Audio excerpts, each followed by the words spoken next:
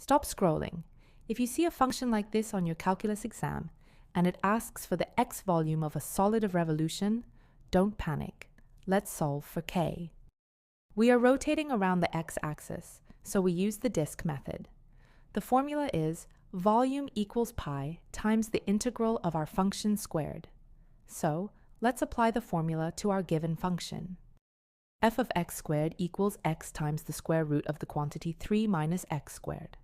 Now, here is the trick. Squaring a square root, just delete it. So, squaring the square root of the quantity 3 minus x squared will simply become 3 minus x squared. So, our new function after squaring it all will become x squared times 3 minus x squared. Let's distribute the x squared to get the polynomial, 3x squared minus x to the fourth power. Now, we can start integrating our function. So we have the integral from -1 to 1 of 3x squared minus x to the fourth power. We will be using the power rule to integrate our functions. For the first term, 3x squared will become x cubed. And for the second term, negative x to the fourth power will become negative x to the fifth power over 5.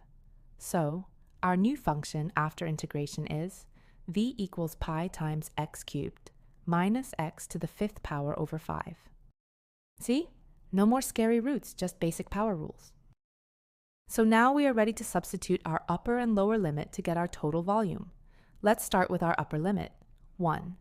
When x is 1, v equals pi times 1 cubed minus 1 to the fifth power over 5. This is equal to 4 over 5 pi. Now we substitute for our lower limit, -1.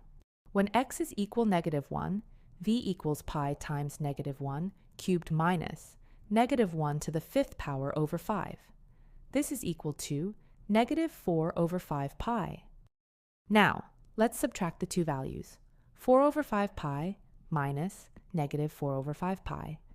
The negatives cancel out to give us a total volume of 8 over 5 pi. The question asks for the value of k in k over 5 pi, so k equals 8. That's it. If this made sense to you, hit that subscribe button for more math tutorials.